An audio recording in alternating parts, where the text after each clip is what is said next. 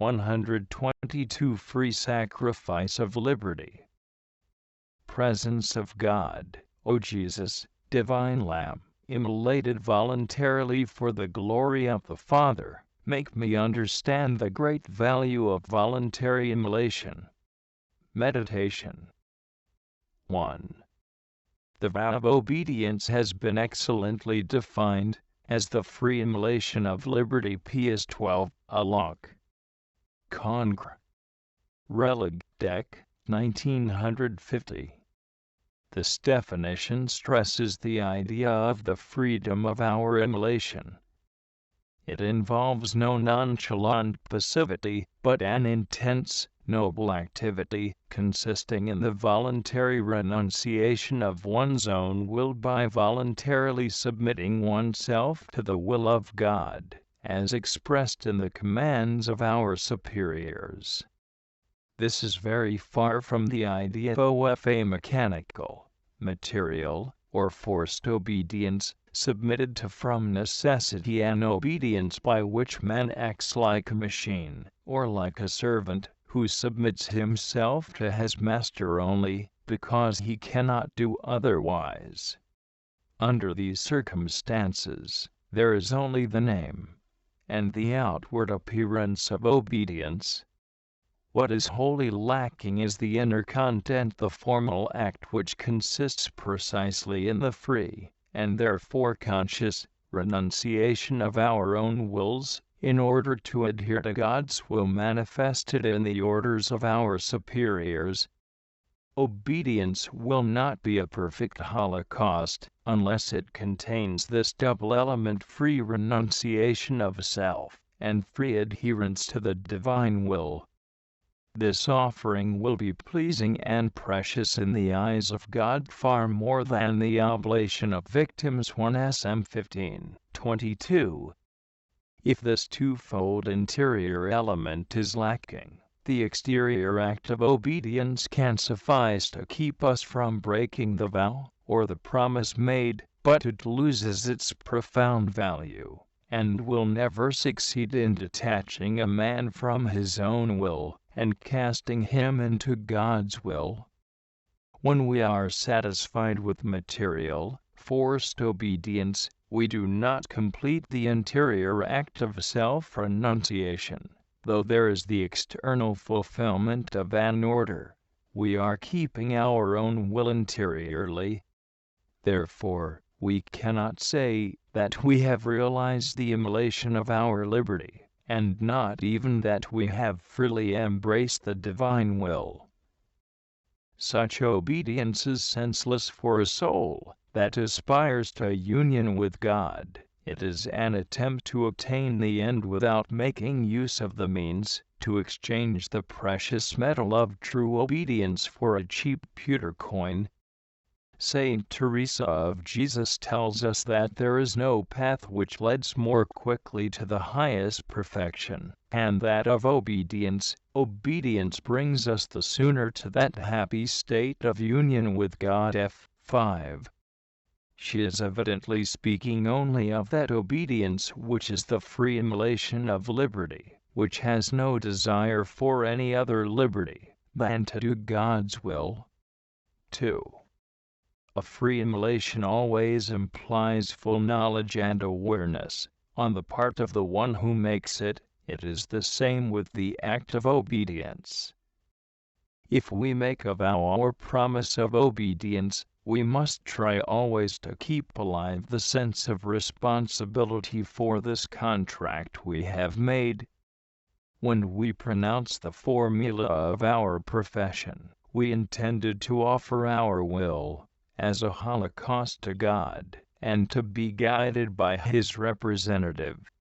Therefore, when given commands, and especially those most unlike our own personal ideas or orders which for one reason or another are more painful to us, we should be vigilant lest it happen that we take back and practice what we have offered by our vow, which would be to commit robbery in our holocaust. Our will has been consecrated, sacrificed on the altar of the Lord. It is no longer ours, hence we have no freedom to take it back. We should, instead, use our liberty to live our offering in its totality day by day, that is, to constantly renew the immolation of our freedom before every disposition of obedience. Blessed obedience, which permits us to actualize our Holocaust. If you give him your will in any other way, wrote Saint Teresa of Jesus to her daughters, you are just showing him a jewel, pretending to give it to him, and begging him to take it, and then, when he puts out his hand to do so, taking it back, and holding on to it tightly. Way 32. Unfortunately, this inconsistency is always possible. Although we have sacrificed our will by our vow, it still remains in our hands, and our fidelity to our vow depends on our own will. It is necessary then to have great determination, to overcome our repugnance, to embrace the will of God, as expressed in the commands of our superiors. Obedience is the burden of the strong. Pius XII, Allocution to the Discalced Carmelites, September 1952, and rightly so, because it requires strength to renounce oneself, but this burden of sacrifice is sweet to the soul enamored of God's will, for in His love it will always find the strength to renounce itself. Colloquy. O Lord, is there any finer or greater ideal, and that of attaining total conformity of my will with yours, so that it is no longer my own will but yours, that directs, guides, and governs me in all my movements and actions? Oh, how sublime is this state of perfect conformity to your divine will! You tell me through Saint Teresa there is no better way of acquiring this treasure than to dig and toil in order to get it from this mine of obedience. The more we dig, the more we shall find, and the more we submit to men for love of you, and have no other will, and that of our superiors, the more completely we shall become masters of our wills, and bring them into conformity with yours. This is true union with you, my God, the union which I desire. I do not covet those delectable kinds of absorption which it is possible to experience and which are given in the name of union.